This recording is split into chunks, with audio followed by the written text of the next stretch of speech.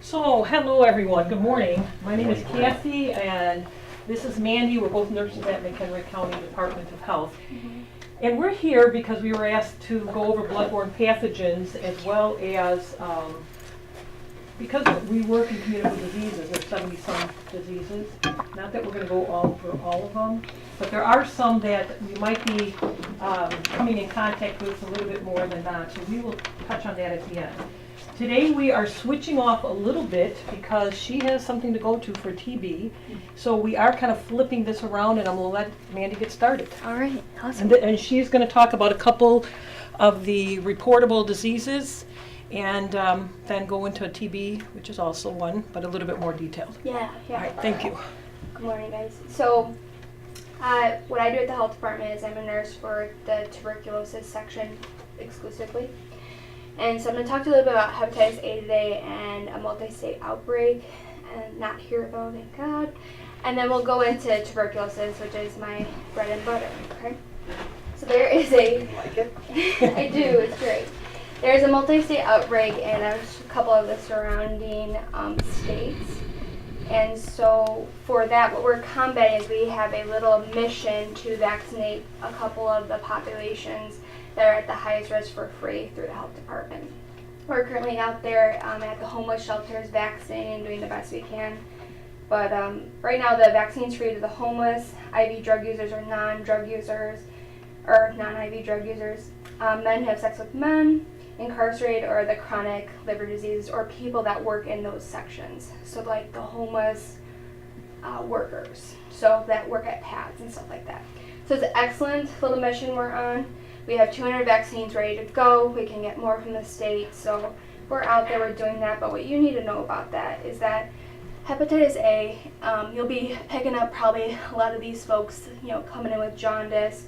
They're not feeling good, they have liver disease. You won't know anything about them having hepatitis A until weeks later. But all you need to know is that we're doing something about it and we're combating that mission. But it is fecal to oral, so make sure you're doing good hand washing after these patients when you pick them up on the square. I heard that was a big place where you pick them up at yesterday. And just making sure you're using those PPE when you're with them. Let's talk about tuberculosis here. Welcome. Welcome, Rick.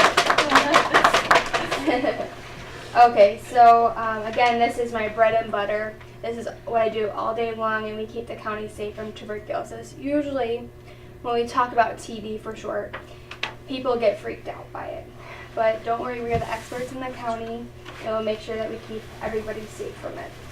So, what you need to really know about this is the symptoms when you're picking up a patient. So, coughing, fever, night sweats is what they're going to present to you in the hospital, or in the rig in the back.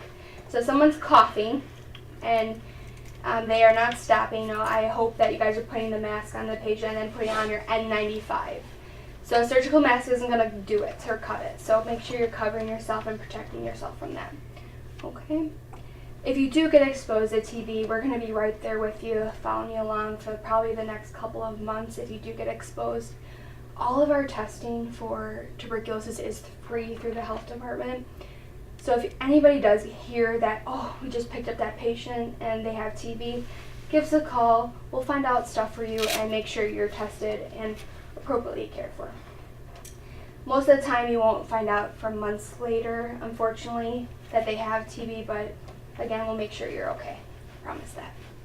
How does that work for us? Because if we usually have an exposure like that, we need to go through OC Health. OC Health. So follow your policies, Okay. Procedures and stuff like that. Eventually, we will find out that you're exposed. And if you do need to take medicines or stuff like that, we will definitely make sure you're taken care of it. That stuff is free through our health department for anybody. So that's pretty cool. So if we don't know they have TB, they go to the hospital, they report all TB cases to you guys, and then you track us down and let us know. Is that how that works? Yeah, pretty much. A lot of times when the incubation period is a long period, so it's 8 to 10 weeks, approximately. So that's a long time. So if we do find out that there was an exposure that occurred, we're like, did they ride the ambulance? We'll find who was riding the ambulance that day, if you had a student with you, all that, etc. So, yeah, pretty cool. So how it's spread though, tuberculosis is coughing, sneezing is another one, or singing very loudly. So if someone's in your rig and they're singing, you might want to stay away from them. I do suggest opening up your rig doors after you drop off the patient to the hospital and let that air out. I know you guys usually close them, but if someone is coughing back there and you don't know what they have, it could be the common cold for gosh sake. But for good measure, open up those doors, let it air out while you're in the hospital, and then close them when you get back in. That's the best way. Ventilation is great to prevent exposure. There are 2 different types of TB. There is latent tuberculosis and active tuberculosis. When we're talking about sick individuals, that is active tuberculosis. So for that, you're going to see all those symptoms we just talked about, and then they're going to be consumed by the disease. It used to be called consumption for a reason because it's a slow death. So through our health department, we do 4 different types of antibiotics and treat those individuals. Latent TB, that's where you just have a positive skin test and you're not sick. Those germs are dormant in your body. We call them sleeping germs. That's that. Pretty cool. We do treat both types of TB at the health department, again for free. It's a great deal. And I just want to make sure you guys are protecting yourself, so put those masks on your patient, and if they refuse, make sure you got your N95 on, okay? Really important. That's about it for TB. Does anybody have any questions? If it's like a sleeping germ, like you said, or whatever, do they treat that to eliminate it, or does it just stay with you, and then what triggers it to become active? Good question. So you can get treatment for latent tuberculosis right now. In the U.S., it's a voluntary program. So if you want to take medicines for it, that's your choice kind of thing. But you don't have to. Latent tuberculosis, how it progresses to active disease. Say you get HIV and you also have latent TB. So HIV is going to bring down your immune system, and TB can overwhelm it. So it can come into play. Anything that lowers down your immune system, HIV, pregnancy, cancer, anything that lowers down your immune system, you have to, it can take over and get active disease. There's only a 10% chance over a lifetime, but for some individuals it's higher. So if you're traveling back and forth to India and that's where your family lives, you have a good chance of progression to active disease. Yeah. Most people don't really need to worry about TB, but most individuals that do in fact have active disease are foreign born. So we can be relieved by that, but also we know that our country is not made of white people. We're a big mixing pot here, and that's what happens. Any other questions? Sorry. All right, I'm gonna let Kathy take over. I'm gonna go All right. do my duties. And Good you luck. want to just put that back to, we'll start at the Yeah. front, and I'll move this over here a little.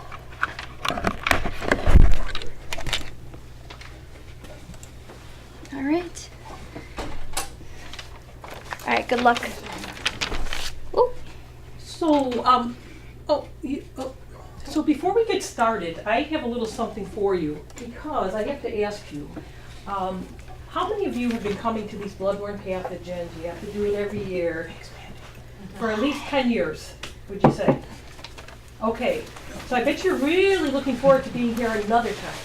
So, and then anyone that has been here a year or less, or 2 years or less. Okay, and then as far as, I know I've asked you to write it down, and if you haven't, when you came in, if you would sign in before you leave. I know we have paramedics, if you just would give me a hand raise for paramedics, and EMTs. Okay, so I have in front of you, and don't let them give you a hard time, right? All right, so I'm going to hand out to you a quiz. I'm just going to ask you to take a few minutes, fill it out, and we'll go over it later on. If you don't have a pen, I do have some that will come down the screen here if you need them. And if you would take, there's 2 sides to it, if you wouldn't mind taking.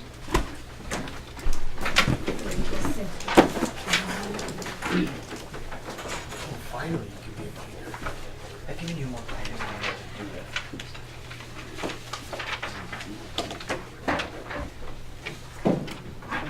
There's a crisis in this country. Well, I don't want this one. These were too important. Let's switch. Responsible That's good.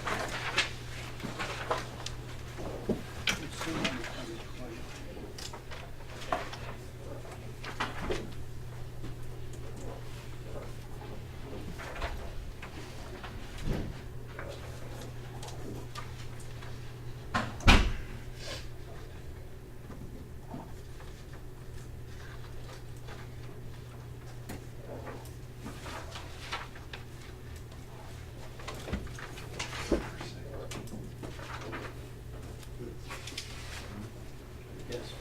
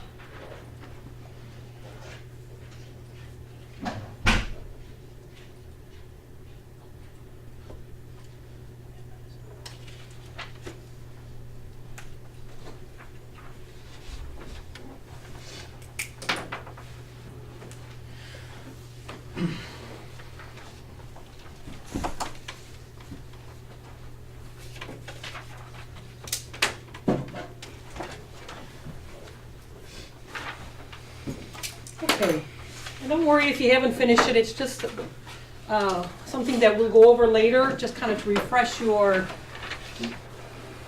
memory, brain on a couple things. And as I said, the other part of this is, since we have so many people that are real seasoned and have been around, I'm gonna need, this is gonna be interactive and I need participants. I don't want you falling asleep, and this lights off isn't gonna help, so we're gonna be doing some activities. So with communicable disease, and primarily what was asked, Jeff had asked to go over bloodborne pathogens, but we also talked a little bit, which Mandy said she was, typically we were doing this training where she talks about some of these things at the end. We are gonna touch base on some of these 70-some reportable diseases that you might be in more contact with. So we know that bloodborne pathogens, viruses, bacteria, other organisms that are in our bloodstream can cause disease. We also know that there's other bodily fluids that basically, if they have blood in them, can be passed on.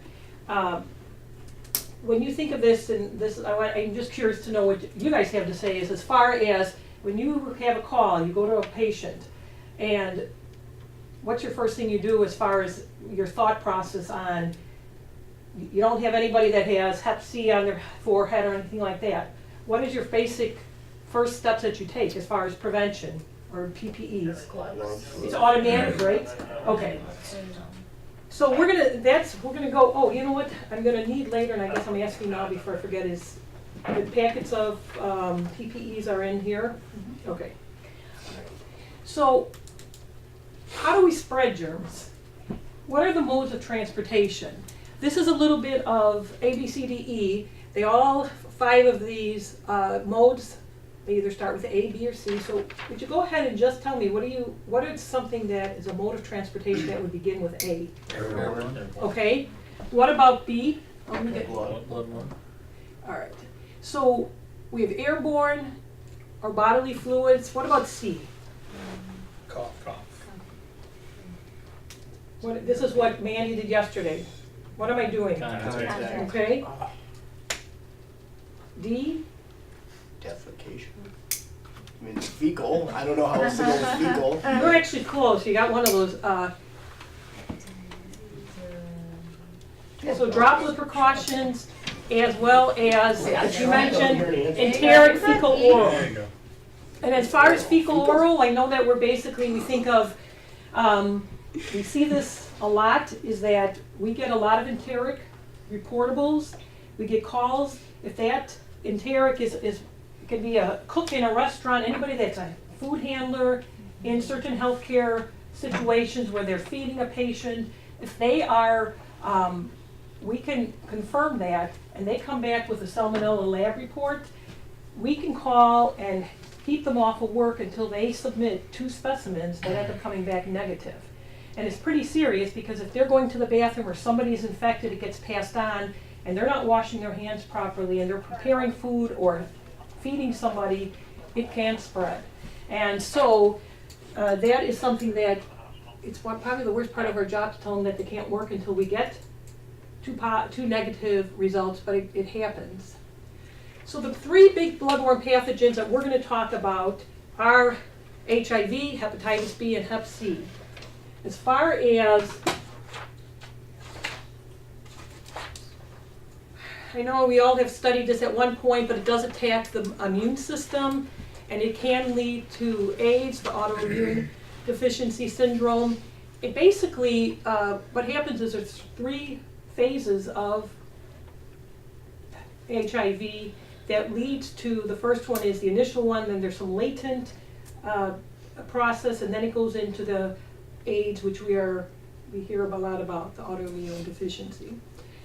And as far as the fact that they have, over the years, for some of us older who remember, you had a lot of deaths from AIDS. There's a lot of people that are living longer because of the fact that they are having researched medications that lengthen quality and quantity of life, yet once you have it for life. And there is no cure, no vaccine. So it is transmitted by 4 bodily fluids: blood, semen, vaginal secretions, and breast milk. Although with breast milk, it gets, depending on how much what babies are, do they recommend breastfeeding? Parents may still choose to do it. The issue though is, my kids were in childcare, and you're dropping off breast milk, is that you want to make sure your child's name is labeled on it, because if there is somebody with HIV, nobody in that facility needs to know. They don't have to be told that that child has HIV and that it is something that could be spread. Even though the chance is small, it can still occur. All right, so look at a few statistics here. Before we do that, this is important. HIV is very fragile and begins to die when exposed to air. And that is something very important, because when we get to, if you do have exposure to blood, the concern of having or getting HIV, we'll see when we compare it to hep B and C, is the time that it is exposed. So if it is on the surface and you are accidentally touch it and you have an open scratch or something where it can be exposed, the chances of you getting it are much slimmer than when we talk about hep B and C and the duration of the time that it can live outside of the body. So, these are a little bit older statistics, but as you can see, you got over 1 million Americans living with HIV and AIDS. Reportedly, 13% of them aren't even aware. And we know that over almost 40,000 were diagnosed in 1 year alone.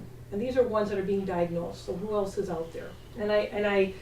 The comment was made yesterday when we started talking about this in the square, and you're always reaching out and seeing people that you have no idea what their background is medically. All right, so we're going to go on to Hep B, and again, hepatitis being inflammation of the liver. It is a virus that attacks the liver. It is only second to the tobacco, to tobacco as human carcinogens. And with chronic patients means we have acute hepatitis and chronic. And acute is usually within the first, before 5 months or so. They may or may not exhibit symptoms. Once they've been exposed, after 6 months it's considered chronic. And as far as 273 times more likely to develop liver cancer. And I don't know if you've seen in any of your studies any pictures of somebody with a liver, with a hepatitis B and having cancer, but I know there's a slide out there that if I didn't know this woman had hepatitis C, I would think she's about 12 months pregnant from the cancer, from the hepatitis. I mean, it was out bigger than Mandy. So it is pretty serious. And worldwide, the most common risk factor for liver cancer is chronic hepatitis B, or C, which we'll get into in a moment. The other thing with hepatitis B are the symptoms. So first of all, it is 100 times more infectious than HIV. And why is that? We did just say that with HIV, it starts to die once it's outside of the body. Here, when we talk about hepatitis B and the C's, they can live much longer outside of the body on surfaces, which we'll get into. So as you can see, and you probably, as we touched on before with Mandy, fatigue, jaundice, dark urine, light stools, vomiting. There's also things that you may have to have some kind of contact with, such as cerebrospinal fluid if you have an accident, synovial fluid, there is amniotic fluid if you're having to deliver a baby. These are other symptoms. The thing is that there's only 30% approximately that will exhibit type of symptoms. Again, they're walking around, there's nothing that says Hep B on the forehead, so you know that I should be taking precautions for this one. After that 5-month incubation period, then you start to see symptoms, or does it? Well, you know, we check on you still may not see them. And as I said, if somebody's exposed, we've had calls where they're saying, yeah, I just kind of, I felt lousy, stomach aches. As far as many of them will never describe having any type of jaundice, any of these symptoms up here. So in any case, it may or may not be exhibited. So the transmitted body fluids for B are blood, semen, vaginal secretions, and saliva. I'm just going to ask you, so there's 4 here and there's 4 in HIV. What was the difference between the HIV? What's the symptom that you have there that you don't have here? Where it can bodily fluid that it can be transmitted through. Breast milk. Breast milk. Okay, and then here is the saliva. So those are the two different. And it's not spread by kissing, eating utensils, kissing, coughing, sneezing, casual contact.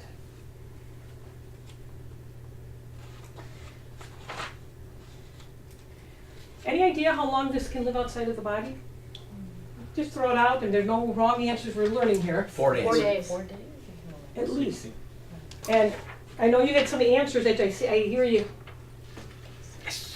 It can live outside of the body for 1 week, at least, and it's in a normal temperature, environmental temperature. Again, I could be rubbing my hand here, and yesterday I got a little cut here that actually started bleeding, and I was like, ooh, somebody got me a Band-Aid. But if I was to touch something I'm grabbing, and I'm doing something where you visually cannot see that blood, that may have hepatitis B in it.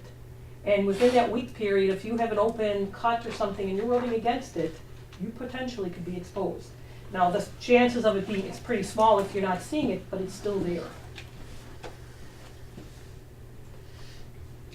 One of the good things is that hepatitis B is declining, and the major reason is because there is a vaccine available. And it started in the early 80s approximately. It's a 3-dose series. I can't say I would assume, because you should never assume anything, but most of you, because of the field of work you're in, have received it or have been recommended to receive it for the reasons that we're just discussing.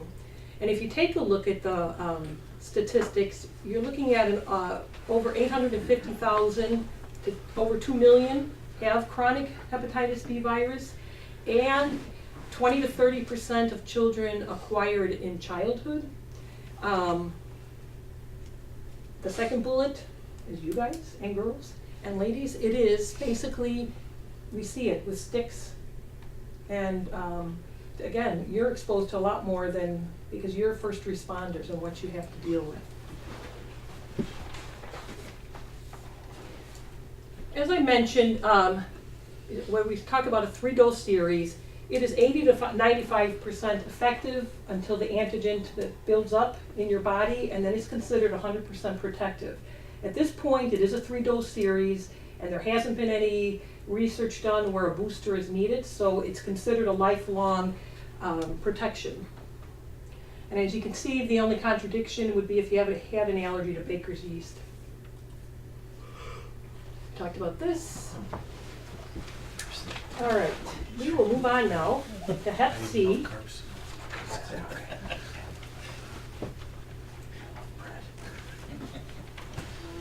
That's what this is from. So as you can see, I'm going to start it, we'll hold off on that green, whatever that is. Americans' most common blood infection. And as far as statistics, as you can see, we're looking at somewhere between 2 and 3 million that are infected in our America. As far as in our U.S., approximately 30,000 cases that were diagnosed.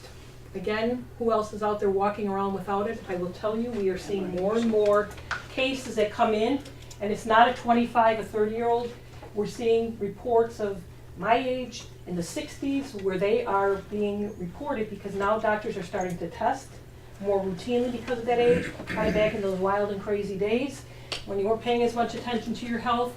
The other thing is, I imagine if you watch TV, you're beginning to see more commercials because there's more medications out there to treat it. And so that is something where we are seeing more cases. And you asked the question back about symptoms, even with Hep B, Hep C. So we have people that were exposed to it back in their 20s and 30s, never had any symptoms. And now they might start having symptoms, or because they're tested, we find out that the result is that they're carrying hepatitis C in their body. The thing is that hepatitis C is treatable and curable. And as you can see in the bottom, it can live on an environment for 3 weeks. Kind of the same description as I said. You do not have to see the blood. 16 days. It can be. That's what? Should I put 3 weeks in there? Because I know it says 16 days on the quiz. Boom. Got it right. No, I looked at that ending process. There goes my 100%. We haven't done the key answers yet. You can change it. You can change it. It hasn't been It's handed in yet. my kind of test. All right. So, a couple things are, as far as Hep C, and as far as it attacks the liver, again, it's the other hepatitis, it's inflammation of the liver. It is the leading indication for transplants in the U.S. A couple other things is that we talked about the 3 weeks of living outside of the body at room temperature, but it can be treated. And typically when they test, we get different types of lab results. And some, it's just kind of a screening. And then they test further to see if they truly have the hepatitis C, if they have the virus. Then typically they are referred to a specialist, because what they can do is they can do further testing, and there's more, but there's primarily 6 different types of genotypes of Hep C. And with what medical advancements is that they look at what genotype you have, and they can prescribe specific medications to treat that. And that they still are continued to be screened after that. Now, as far as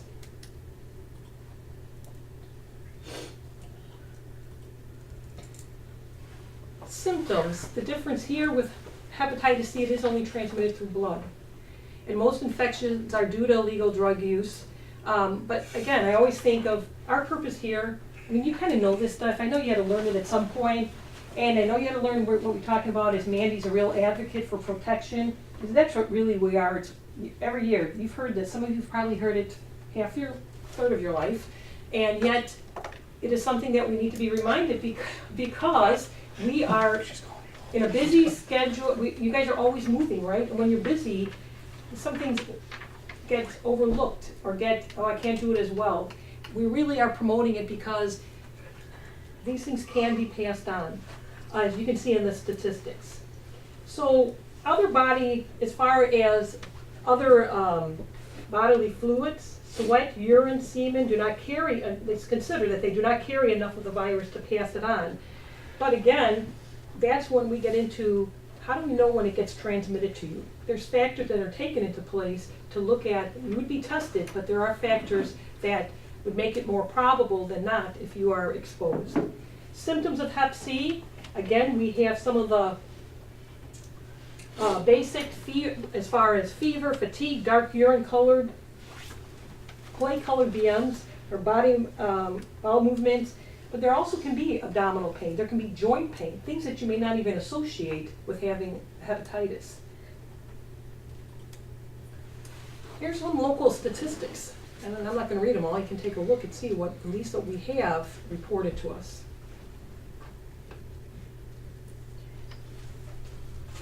That's not so bad. Until you add them up. Even that. About 500. What's the population of the county offhand, do you know? I used to know. Was it 380,000, but it might be up? So, I'm just adding the numbers up. yeah, no, like what percentage are, yeah. And I often think, and if we look in some of these years where there was increases in, the growth, or if you look back 20 years, I worked with a nurse that was raised on a farm, and her dad was instrumental in Blacktop being 47. And back then, you had how many people compared to now? And we have a lot of transplants that are moving in. So now we're gonna move on, and we're gonna take a look at, maybe, You kill him. occupational exposure infection. And this is where really the key is. You guys know this, we're just here to kind of make you think about it a little bit more. And we look at exposure and infection, any contact with blood or infectious bodily fluid. Years ago when I first started at the health department, there was a CD staff that used to say if it's wet, warm, and not yours, don't touch it. And that's why you guys put gloves on. Needle sticks, broken or non-intact skin, saliva contact through the human bite, and mucous membranes of eyes, nose, and mouth. Let me ask you, because I haven't been having you participate as much as yesterday's group, so I don't want you guys falling asleep. Has anybody here ever been bit by you went out on a call? What are some of the situations you've dealt with? Spit on. Spit? in the eye. Spit on. I almost got bit. Almost got bit. Right in the eyeball. Forehead. Nope. Nope. So anybody else, any other situations where did it ever occur to you at that time, you're going, was I, did I, anything like that? Or you're in the middle of stuff that you don't have time to think about it. So as far as when I asked about, or how do we know that, and whether we're going to be exposed, and if you're tested as a follow-up, if you were had a needle stick, what they take into consideration is as far as the pathogen that is involved. So we're talking about HIV, Hep B, Hep C. Mandy mentioned, we talked a little bit about Hep A, but as far as a needle stick, pathogen involved, and then they're looking at what is your health. You guys and you ladies are pretty much all healthy, but if you have some compromised immune system issue or you have some medical condition, it will raise the risk. Severity of injury. Is it a little bite? I mean, is it a deep bite, or is it somebody just broke skin barely? And the availability and use of appropriate post-exposure prophylaxis and the medications that are available. And there is a time frame with a lot of these medications, or PEP, post-exposure prophylaxis, in which it is recommended that you take the medicine. So on the next slide, you see the statistics or percentages of the risk that general risk that you come across.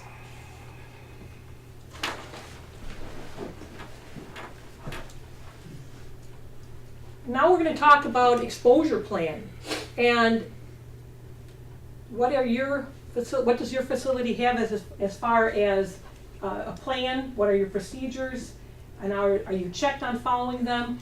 We're going to talk about this a little bit because I asked Jeff to send me what are your standards, and how often do you read those? Are you familiar with them? We have. I'm not going to call them old timers because already you think I'm saying you're older. I don't think you're older. I like how they I don't think you. single you out. But as far as there are things that either after being in a place for so long you kind of get relaxed, or other things that with experience you learn more. So, what would you do if you were exposed? Let my officer know. Okay, what else? Is there anything else you have to do? Paperwork, of course. Fill out on fire manager. Okay, what else? Probably go to Act Health after the officer says go. Okay. Is that pretty much a standard of what the steps you need to follow? That's good document in your report. Oh yeah. Image trend. Image trend reports go. All right. Yes. Standard precautions, practice that protects you. We know this bloodborne pathogens. And as you well know that all bodily fluids are considered infectious. as far as, we'll talk a little bit about hand hygiene. And first of all, do you often use sanitizer because there is no water and soap available, or are you typically using water and soap? In a call, after a call, during a call, what's typically what you're doing? Usually hand sanitizer and wash your hands when you get back. Yeah. Okay, if you're going home, back to wash your hands or wherever you're going at the hospital, etc., what's the recommended time that you should be rubbing those hands and washing them? ABCs. Somebody said happy birthday yesterday, and that's right. How many seconds would that be Like approximately? 1 minute, 1 to 2 minutes. 30 seconds. minute. 20 seconds. There you go. But if you want to be an overachiever and scrub them hard, I can't sing all the that better fast. if you have the time to do it. Squirrel. Squirrel. Start over. The other thing also with hand-based sanitizers is if your hands are visibly filthy, dirty, you should be washing them first. And again, you don't always have that luxury. So what would you be doing if you had to use hand sanitizers and you had blood or you had something even on your gloves, right, which you're going to take off? But what would you do? Are you just grabbing something to wipe them off, or do you just mix it with? Get a candy wipe. Take the candy wipe. Usually you can at least get water and rinse off. Yeah. And most read of those. it. Yes, and then those candy wipes. Just read what it says. Be careful. Oh yeah, no, skin contact. Pretty serious. Carcinogen. Yeah, chemicals in there. All right. So here now, I don't know if I can move this because if you can, this is kind of a little slide that I want you to see. Thank you. Take a look at those hands. And I used to do hand washing for years with little kids. And one of the things, the little boys especially, I would see is one of the things that they'd they put the soap on and they do one of these. And they literally would do this. And as far as some of the things that even consciously, you're all trained, you know you're supposed to put friction, more friction helps to remove it. But if you take a look at the dark red parts, the thumbs and the tips of the fingers, I'm guilty of it.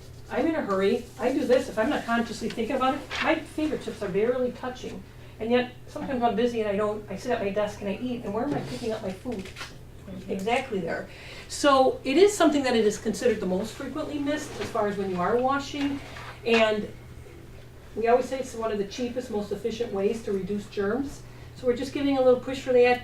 I would imagine that whatever's ordered has to be at least 60% alcohol when you are using a sanitizer. I basically hold your coworkers accountable. I think they're just trying to keep everybody healthy. Okay.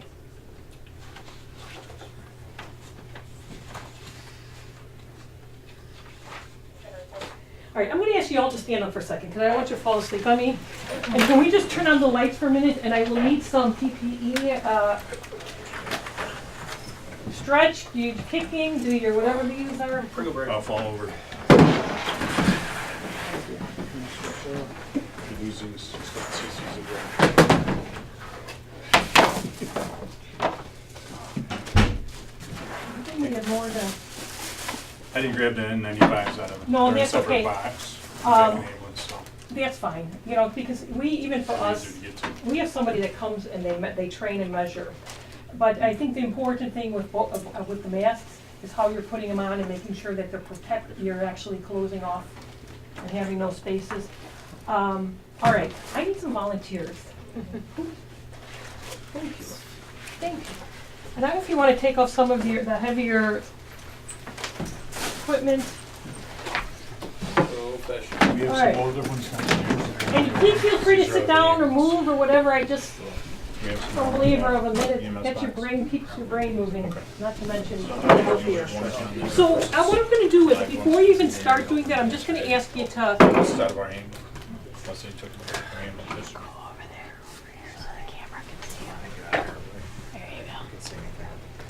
You're gonna be famous. typically, you said you put gloves on.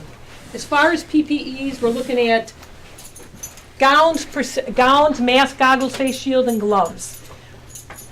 How often have you guys had to put on a full gown, garb, everything? How often would you say? Last 10 year, a A lot. lot, like 3 times a day. Yeah. And can you give me why you decided, what made your decision? A certain patient had a disease that was super antibiotic. You can talk about Was this her, the she's one that fine. came in the house, that you had to come into the house to? Yeah. Okay. And she wasn't very cooperative, if we're talking about the same person? Okay, I believe we are. okay. All right. So you base your decisions on what you put on is what type of what you're dealing with. Go ahead, I'm gonna ask you to go ahead and put on, how, just put it on how you would put it on if you were gonna use all of it. And I can see that now. That always sucked. And I know that yesterday they told me sometimes the booties don't fit, don't worry about it if there's booties in there. Anybody's in the middle, everybody's in the middle, it stuff fits. Yes. So you're covering the top.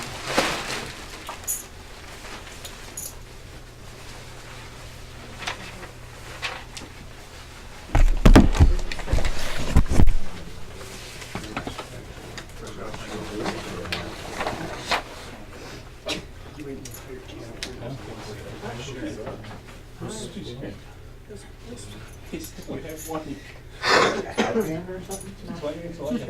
You wanna look good. I don't think I have booties. And I think the one son, maybe I was looking at another one in there that's got booties.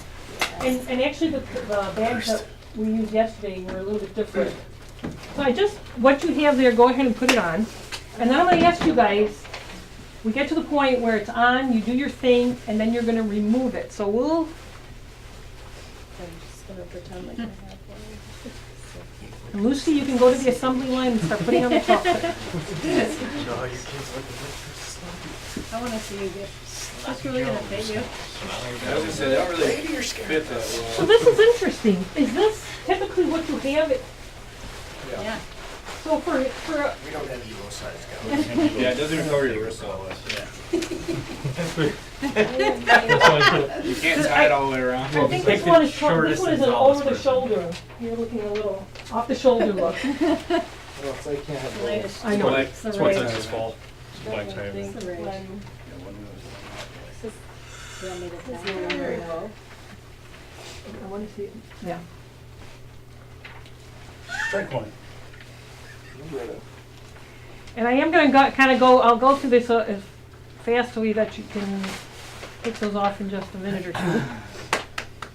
Yes, thank you, first of all. And we'll leave them on for a second. Second book. Okay.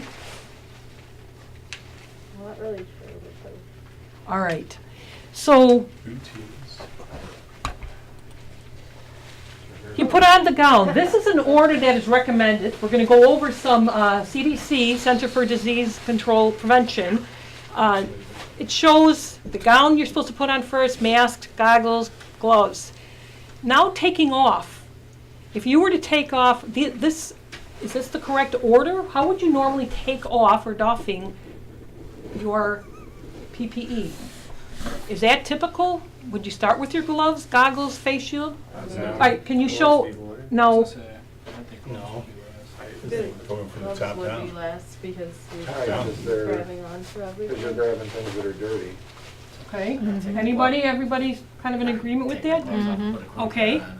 So now you're done with what you're doing, and in a case even like when you were talking about this home, this previous patient that you had to go into, it's recommended, which you may already do, is you're doing it as far as you can, but within that area where it is contaminated. So go ahead and take off, and would it be the same way that you're both taking it off? Do you know? Go ahead and take off the order that you would take it off.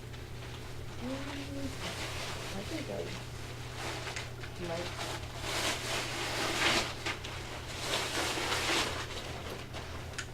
He's doing that differently than me. That's okay. We're just kind of, because we're going to talk about this.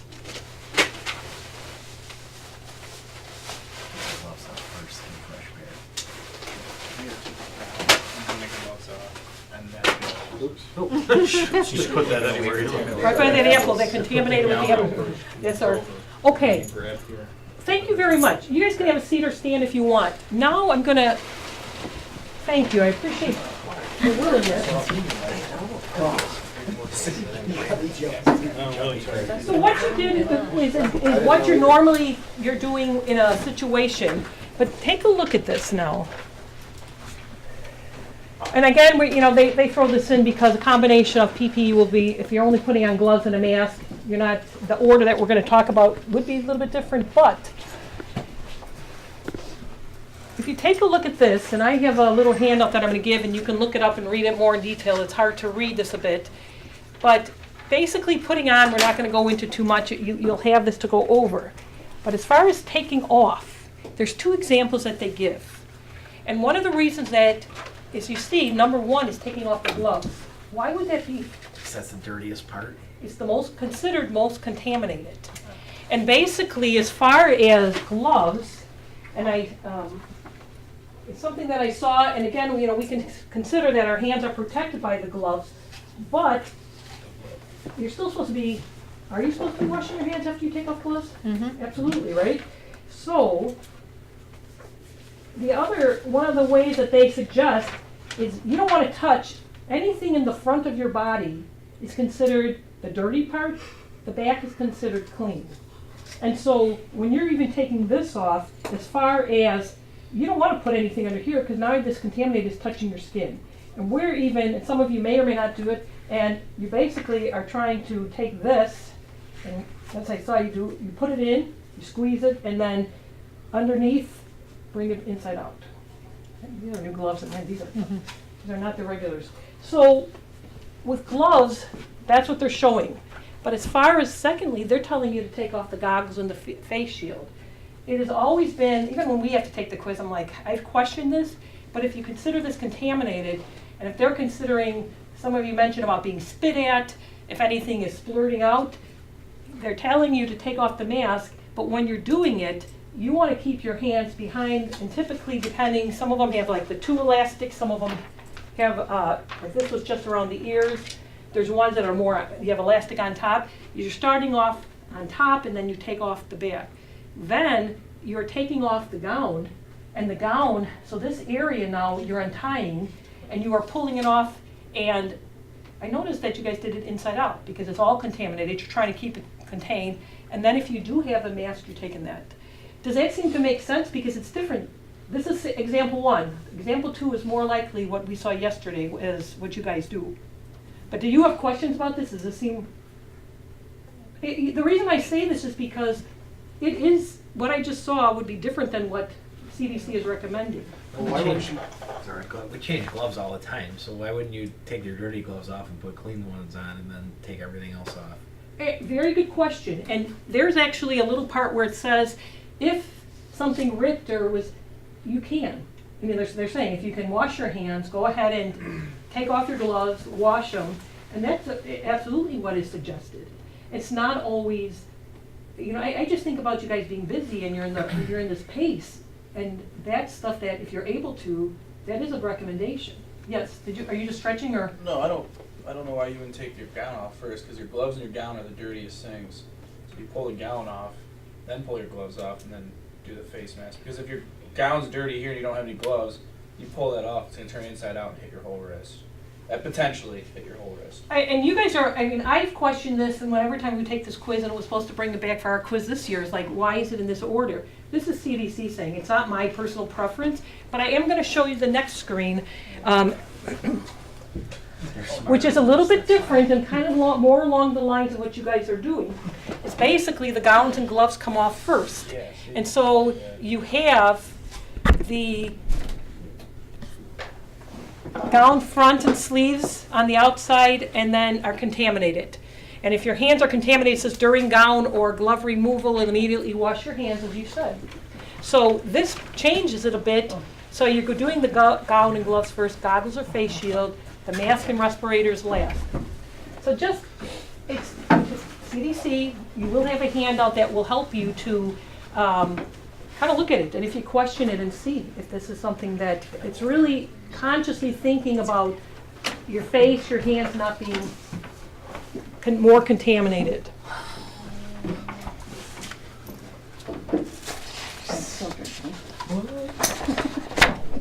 Another question I had is, almost all of you, except a few, have long sleeve shirts on. And now, it's getting colder, but would you respond with a short sleeve shirt like that? Absolutely. Probably. Right? So again, Pardon? Sun's out, guns out. That's right. Which way's the beach? Okay, We so, wear shorts in the summer.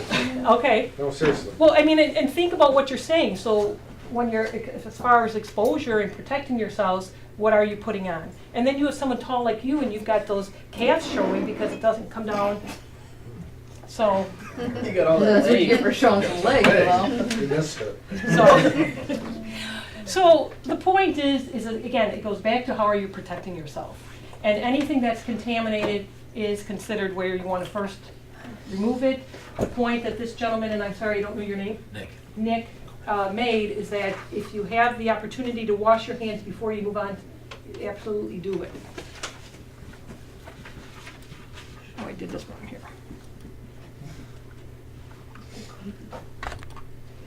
So as I was mentioning before, and if this helps, you know, in your head, front contaminated, outside, that have been in contact materials, and then we consider the thing that I don't want to pull this to you to say I'm pointing at you, but this is something that we typically do. We've all worn aprons, I think, at some time or something where you do this, and we tie them in the front.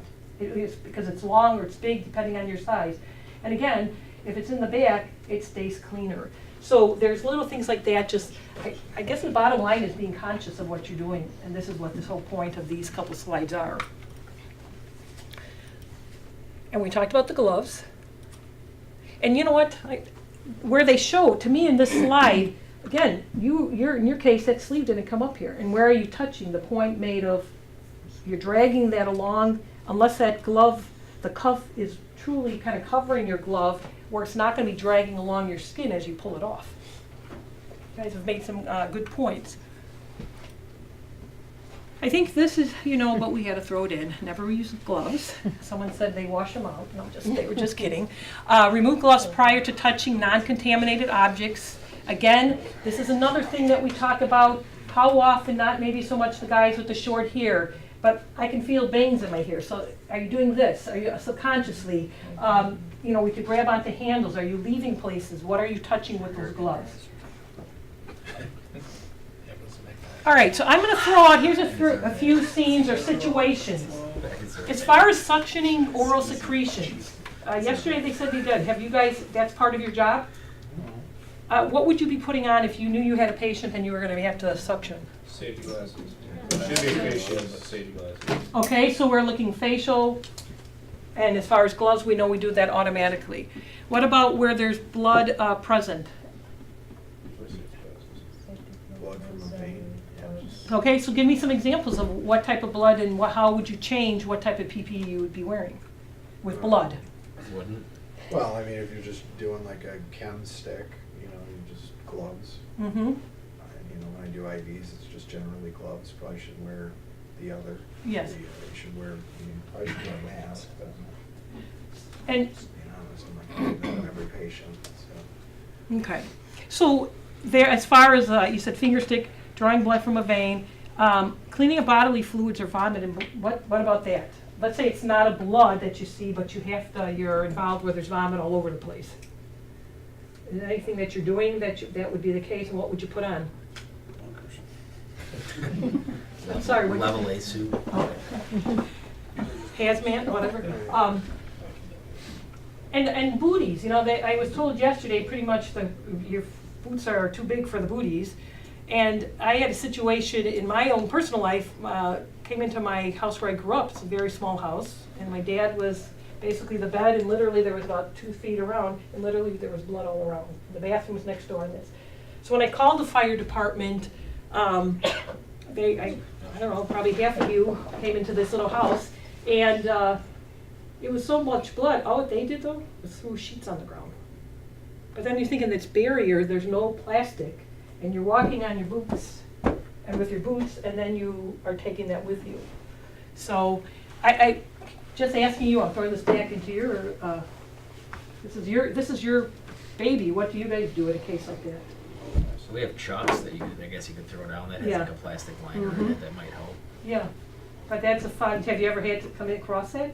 Yeah, last time we did I that, was usually- just towels and we dealt with it afterwards. Because you have, and you only have what you have, so you try to make some type of barrier. Can't you wipe your boots afterwards? And then with Yeah, that, back and mhm. forth. There you go.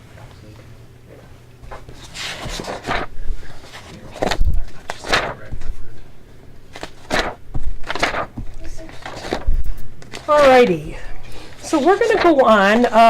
I just have a couple slides and I'm gonna go over a few things with, here it's showing you, this is recommended, gloves, mask, as far as sometimes a gown. Again, it would depend on the patient and what's going on, responding to an emergency where blood is. They're recommending all this. Again, I think some of you said it depends on how much and where, and is it spurting or is it just a pile? I mean, there's just a puddle. Gloves, drawing blood from a vein.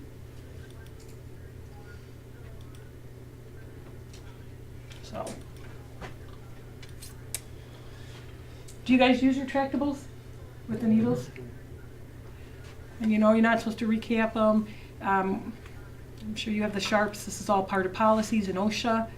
And this, I think really the thing is any of these products that you use, no matter if it's a cleaner or is reading the instructions, because they're going to vary in different products and different companies may change it up a bit. So, and here's an example where place towels and plastic bags, they go through the steps. Always wash your hands afterward. Now we come up to something, do you guys recognize those two policies? Anybody? Mm-hmm. They should be familiar at least a little bit, because this is what Jeff sent me. And so I have a couple questions, and I know again, like, I have been with the health department for over 23 years, and do I read everything all the time? No, I review stuff. But I just want to ask you a couple things. If you are in, I'm going to take this straight out of your policy as soon as I get to it.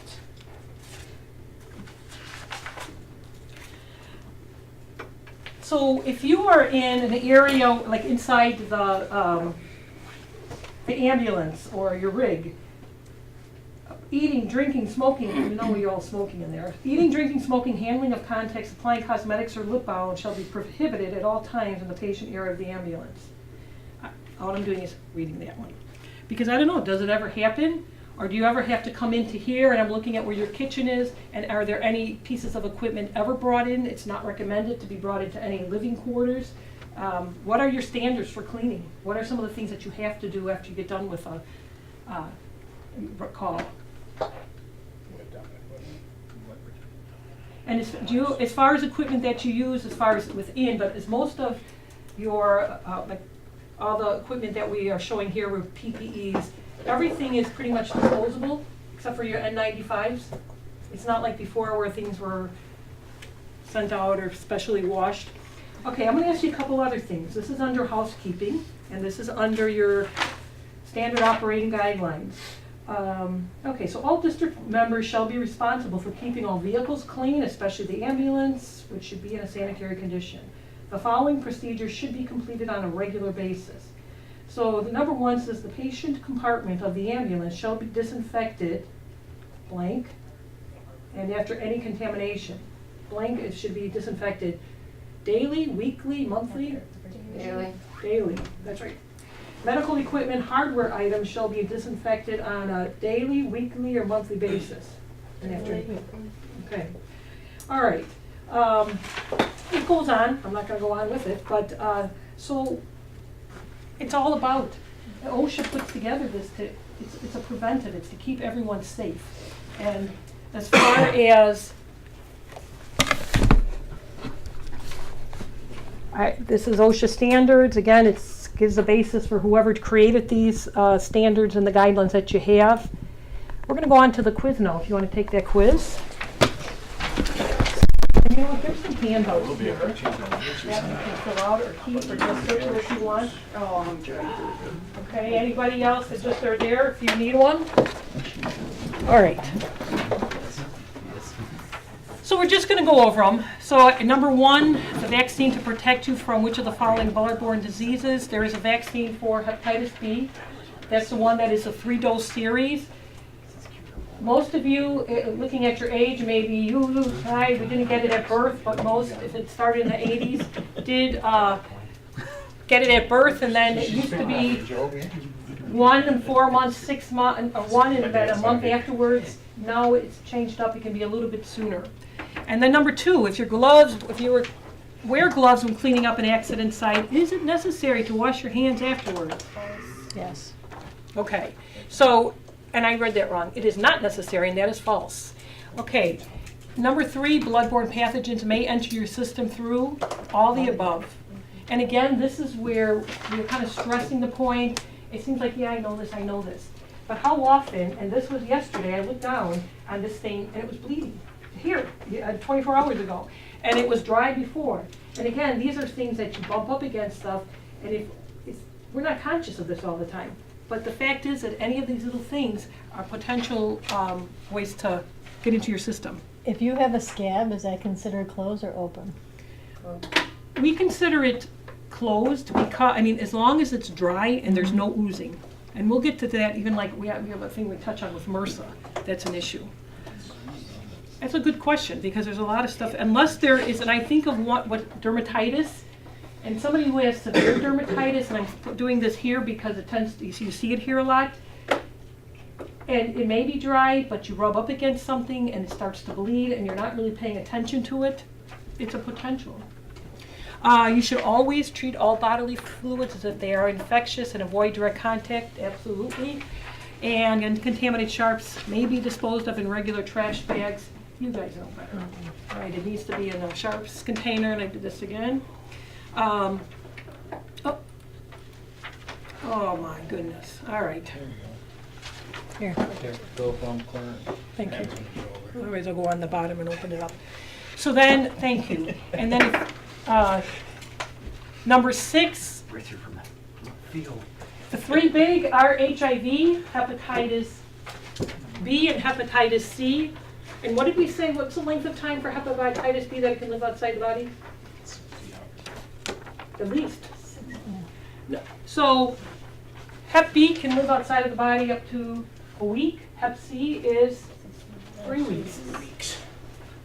And we know that HIV is 100 times more infectious than Hep B. Is that true? Mm-hmm.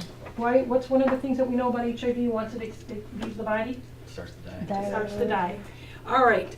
And we said 16 days, and I think I'm going to change that to put it 21 days so you can connect that. As far as number 9, hepatitis B is second only to tobacco as a human carcinogen. And number 10, HIV is not present in what bodily fluid, and that is sweat. But again, I just want to remind you, is when we think about it, there is plenty of diseases out there where you may not see, and it's there. And then the last one, I did it again, thank you. Oh. Again, I'm going to give you a handout. Take a look at it, read it, see, I mean, if you, number 2 on the example of taking off PPE is a little bit more along the lines of what I'm hearing that you guys are doing. But that is what is suggested. Was that a hand raise or was that just stretching? No, that okay. Okay. The other thing though, I mean, if, like for example, Eric's covered in blood. Yeah. Chances are I'm going to help him take his stuff off. Yes. I'm not going to let him do it himself because I can take, Mm-hmm. that seems like that would be even a more logical way of doing it than him trying to do it himself. And so, you know what I'm hearing is practical. And this, you guys are using practical, and you're right. This is where it comes in, is you're using, each situation can vary a little bit. These are standards. These are put out by CDC. But it is something where you're going, this makes sense here. So, what I have, any questions on this so far? Do they make different sized gowns? Because I got the same problem as Eric. That's a good, who orders them for you? The hospital usually get them from. I would ask them, because I can't imagine they make bigger blood pressure cuffs, they make bigger wheelchairs. I can't imagine them not making bigger PPEs. I don't know the answer because I don't order them, but I know like with gloves when I used to order them. I would hope that they have taken that into consideration. They need suits, because those are not practical for an ambulance. Where our patient is down at our legs, not on a bed up here. So therefore, our legs are not really covered and have total access to the patient. And we, They're still- that's right, and we just talked about it for somebody tall, and he's wearing shorts in the summertime. So, that's cool, find out who orders them, because there has to be something else out there, or by supply and demand. What I'm handing out to you now is, there's just a couple pages here, and this one is just a real quick, it's a 2-page hepatitis A, B, C, it gives you, cuts to the chase. As far as the second page, it is what we just covered with those handouts from CDC on PPEs. The third one is what we're gonna go into, and that is our Illinois Department of Public Health reportable diseases. I'm gonna ask you all to stand up again. I should ask you to run out of the building, but come back, just get a little stretch. Maybe you need a cup of coffee or anything? Go ahead, get it, and we're gonna, we're on the tail end of it.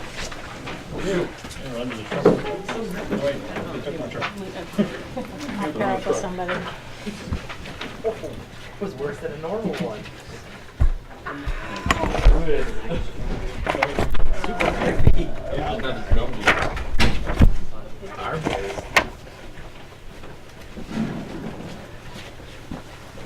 We didn't go for so long, right? Yeah, thank you. Going back up.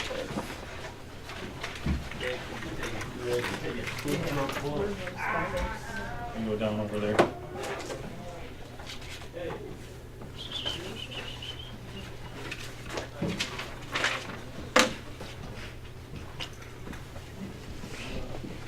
Did you sign in when you guys came in? Yes, we all did. Okay. All right, thank you.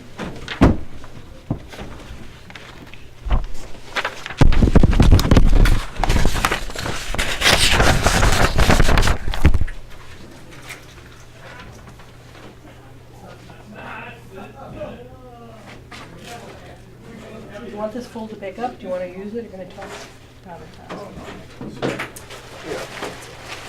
Thank you.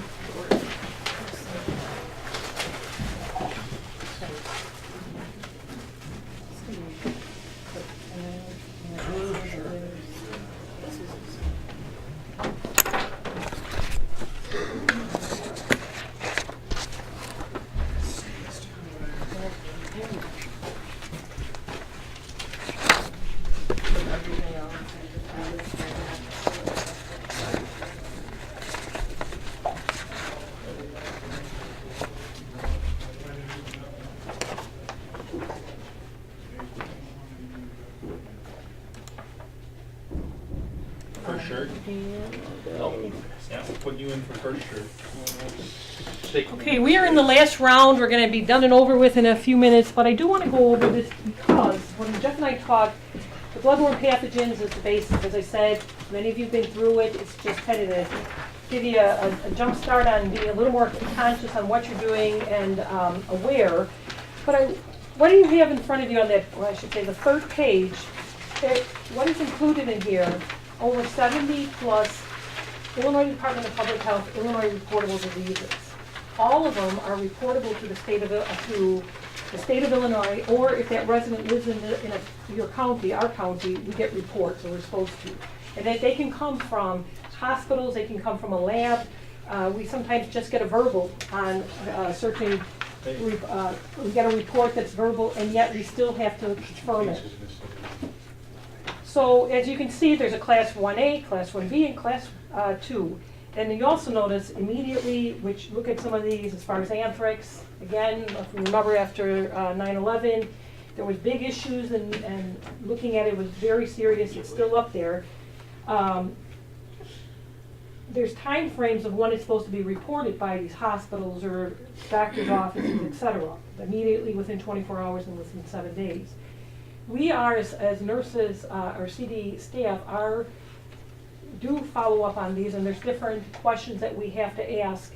But the reason we're including this is because you do go out on calls, and you may be covering or seeing more of some of these reportable diseases. You could potentially see any of them, but what we pulled were a couple of the things. My coworker Faith, we talked about what are some of the more typical things you may see, and throw out. If you're looking and you see one, what are just if looking at it, any of these you recognize that you go, wait a minute, we see these a lot. You may not know because you don't deal with all 70 of them. But does anybody, Some of the hepatitis. okay, The flus. All right. A couple of the other ones that we include, because we talked about the one, and we're going to, is one of the things that you will see is, oh, there we go again. There we go. Norovirus. And it is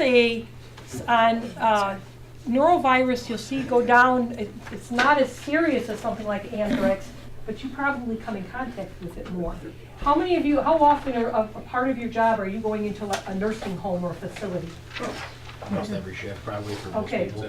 So, and in hospitals and in different settings, but norovirus, the stomach flu not related to influenza, is the most common cause of acute gastroenteritis. So it's a stomach illness.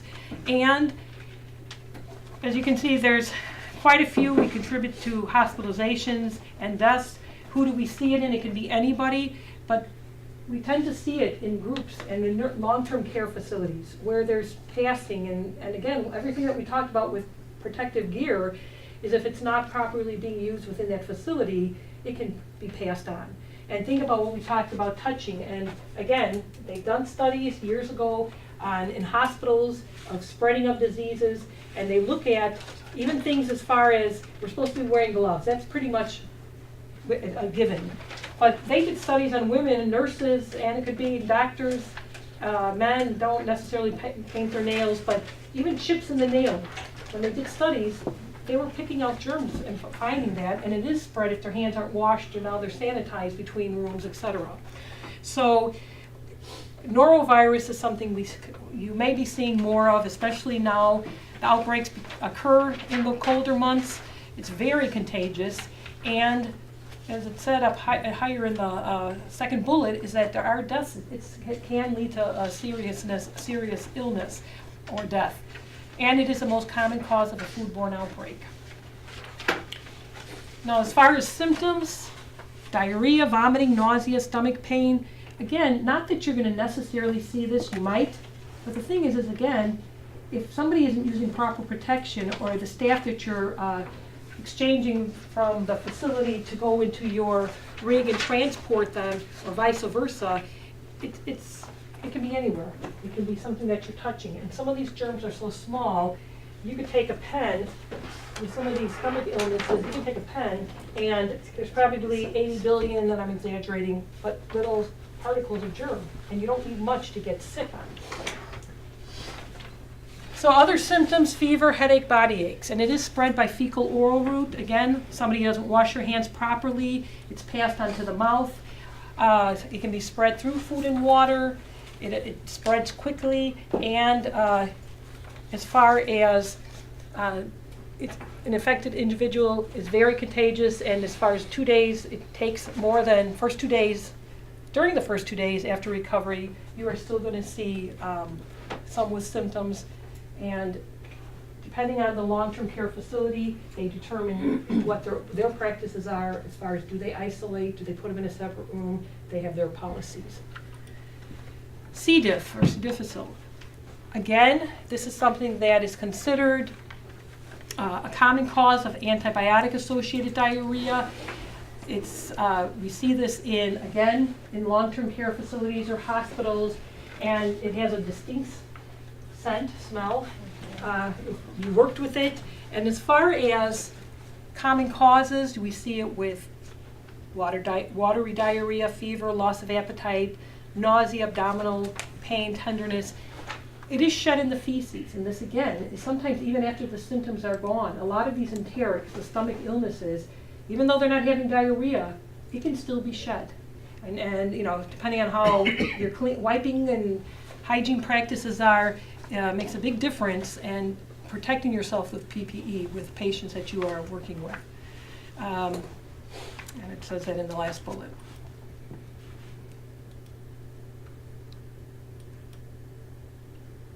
I'm not sure. You mentioned influenza. It's the time of the year, and it's the season. And as far as it is a contagious respiratory illness, Mandy talked about coughing with TB. And again, can you automatically distinguish what is TB and what is not? So again, this is where protection comes in place. I guess my next question is, Have you received your vaccine yet? Yes. Oh, I don't know how I got, I have a couple more. This is everyone here. Hello? Every, Man, that's a good looking guy in the back. Chew on food. thank you. It is, again, remember how we said modes of transportation, transmission spread mostly by droplets. And again, we talked earlier about the blood, it's spreading on surfaces and being transmitted, can be done. Sick people can be very contagious, can be contagious a day before symptoms even start. And then start up until 5 to 7 days after they are ill. I threw this in. MRSA is only reportable in certain circumstances, and there has to be, it's not reportable in an individual case. It's when they start seeing more of them, like 2 or more. And in hospitals for infants under 61 days or under, we get those reported also because the concern is something going on within that hospital and is it spreading? And we did have a situation where there were multiple cases in a hospital with infants. So they look at that pretty serious. And I wanted to just throw this back into a question that Karen had regarding, as you see, it's a bacteria, it's resistant to many antibiotics.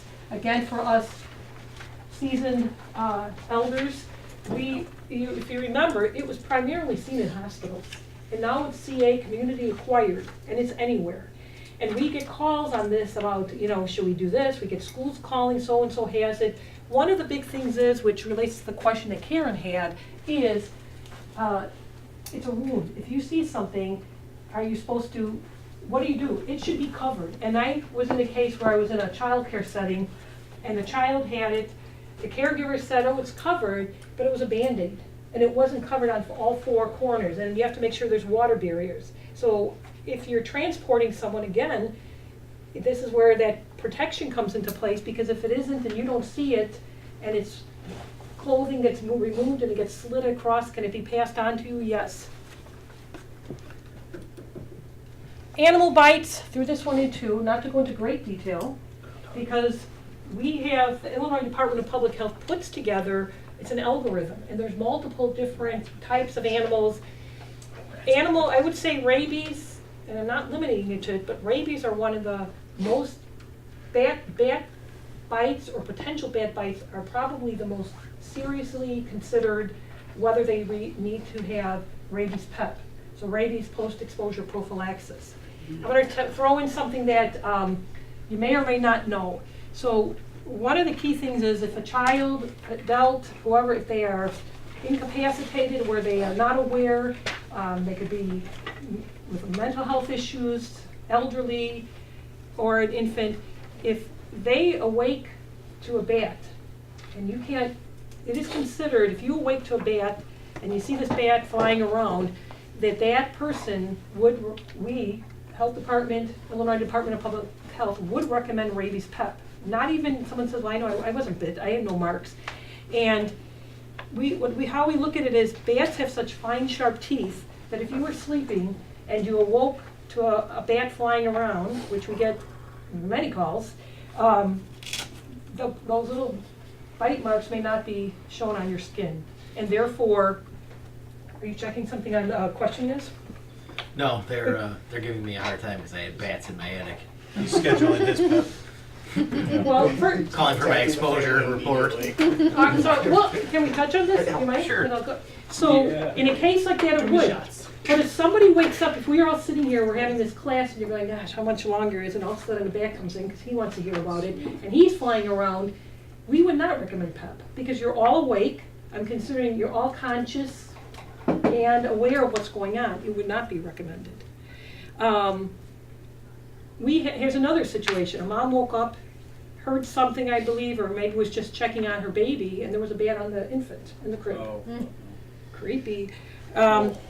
But they were able to capture the bat, and the bat was tested. The bat gets sent down to the state lab.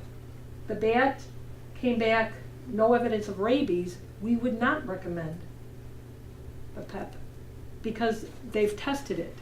So we have emergency rooms where they take into consideration the whole circumstances. And in a case like, if they know they have the bat when they bring this child in, they could have waited until the bat gets back. It's a couple days max that we would get results back to know if that bat has rabies or is rabid. The thing is some people say, well, how long does it take if I wait to get the rabies PEP? How long can I wait to get it? We look at it as, unless there's some research out there that we don't know about, this first symptoms, our list, is considered fatal. I mean, it affects the nervous system. There's one case I know of in Wisconsin. It was maybe a teenage girl. They were able to, she was bit, she had rabies, or it was rabid, and she was put in the hospital, and my understanding is they put her into a coma. She was treated. She's one of the few that they know of that lived, even though that she had been bitten. But there's nothing that says, you know what, don't worry about getting those rabies PEPs. Nothing will happen until 2 months. There's no set time like symptoms where we say incubation period is 2 days from the time you were exposed to the time you started exhibiting symptoms. And that's always a hard call, and I will tell you, I hope all you have insurance, thousands and thousands of dollars that it costs. And that's one of the other questions that they ask. So the bottom line, my purpose here, not to tell you this whole story, but I do want to address your issue. What was your issue? I had bats in my attic, but they never made it in the house. Okay, so bats in the attic, is that a movie or something? Same thing. It's a secret right outdoors. So there's a couple things with that situation. They're in his attic, they're not considered in his living area. We would not go in, it wouldn't be us, we deal with the human part, we being communicable disease. Animal control would come out, and if it was in the home, they can come and collect it, and they may release it, or if it's a situation where I just described, somebody's wakes to a sleeping and awakes to a bat, they would definitely test it. In your situation, they're not in the living quarters. They would probably recommend a wildlife facility, some kind of service come in. The other thing though is bats are protected, and there's a time when their mom's pregnant and has the babies, and they cannot, they put things in your attic windows or that they're supposed to be able to come out and not go back in. Bat valves. Thank you. And during that time though, when the babies are growing, they're not allowed to do certain things. So. Yeah. It's expensive to get them removed, probably as much as the shots cost. Yeah, hopefully not as much, but yeah, we're talking, I've heard $9,000-$10,000. But part of it is, for the first part, is the rabies immunoglobulin, which typically in this area, a patient would go to if they were potentially exposed, like awaking to it, or they had a bat, and we've had situations where they've know a bat came, bit them, they would be receiving RIG, which is rabies immunoglobulin, and that first vaccine, and there are specific sites where it has to go into at the ED, and then they are, a script is written and they follow up in an ambulatory. And there's either 3 vaccines that follow that, or 4, depending on the circumstances of the health of the patient. Do any of those go in your belly button? I heard that. You know what, when I was a kid, we thought they all did. I didn't know if it was a rumor or not. No, you know what, and I did receive them. They primarily, your lateral, you're putting it in big muscles is where the rig is, but the vaccine itself should be going in pretty much in the deltoid for a adult. No more belly Kids, it could be in the lateral thigh. Only on you. So just, I'm primarily talking about this only to tell you that there are procedures. We always say you guys were probably just handing over somebody if there was something more serious, if there's a dog bite. There's a whole process before somebody would be treated for a dog bite. What happened? Is the dog up to date on its rabies? The bottom line is, hopefully when you're transporting someone who actually has an injury related to some type of bite, you're transporting them, that the hospital is aware of what their steps are. But the bats are probably the most serious, but there's a whole algorithm of different types of animals that it's determined by this algorithm if you recommend treatment or not. All right, we are almost done here. Mandy talked about hepatitis A, and then we talked about as far as tuberculosis, and we actually are done, but I have to tell you, I think, again, you might see us next year, who knows, maybe you won't. It's really, the bottom line is the protection. You've got the seasoned workers, and I don't know if you ever read or they're about what does happen to somebody when they're exposed. It can be pretty serious with some of the bloodborne pathogens that we talked about and what can be spread. I want to thank you, first of all, to say, again, to sit here and listen to this, I appreciate your participation. I hope you leave with a little more than you came in, and I do thank you guys for serving and being out in the community. Thank you. Thank you. And I think everybody signed in, but if anybody doesn't